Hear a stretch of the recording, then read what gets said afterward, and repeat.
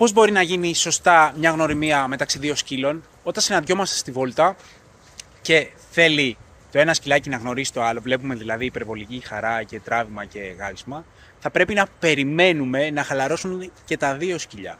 Σε καμία περίπτωση δεν πρέπει να πηγαίνουμε με τεντωμένο λουρί να μας τραβάει ο σκύλος μας πάνω στον άλλον, γιατί αυτό σημαίνει ότι ήδη ο σκύλος μου έχει ανεβάσει παλμούς, ήδη είναι σε ένταση και η γνωριμία σίγουρα θα είναι έντονη. Με το να πηδάει ο ένας τον άλλον, να μπλεχτούν ίσως τα λουριά, να υπάρξει ένας μίνι τσακωμός και να μην είναι τόσο θετική αυτή η εμπειρία. Θα πρέπει να περιμένουμε και τα δύο σκυλιά να χαλαρώσουν, και το δικό μας και του απέναντι, ίσως και να αγνοούν τελικά ο ένας τον άλλον, και καθώς έχουμε φτάσει σε αυτό το επίπεδο να πλησιάζουμε και να βλέπουμε τις διαθέσεις τους. Άμα οι διαθέσεις τους είναι χαλαρές, κουνάνε λίγο την ουρά, φτάνουμε τελικά κοντά.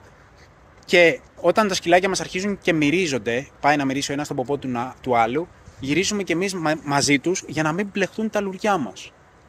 Πολλοί τσακωμοί έχουν γίνει έξω στη βόλτα γιατί από την ένταση των σκύλων μπλεχτήκαν τα λουριά, δεν μπορούσαν να απομακρυνθούν και τελικά καταλήξαν σε τσακωμό. Δοκιμάστε να περπατήσετε αντί για να γνωρίσετε τα σκυλάκια σας και αυτό σίγουρα θα φέρει πιο γρήγορα την ηρεμία. Επίσης, έχουμε πει και σε προηγούμενο βίντεο ότι αν προχωράω με τεντωμένο λουρί, ο σκύλος μου επιβραβεύεται για αυτή τη συμπεριφορά. Πάντοτε πρέπει να μένουμε ακίνητοι όταν ο σκύλος μας βάζει δύναμη. Είτε αυτό το κάνει για να φτάσει κάπου που ανυπομονεί, είτε το κάνει για να φύγει τρέχοντας από κάπου γιατί νομίζει ότι κινδυνεύει.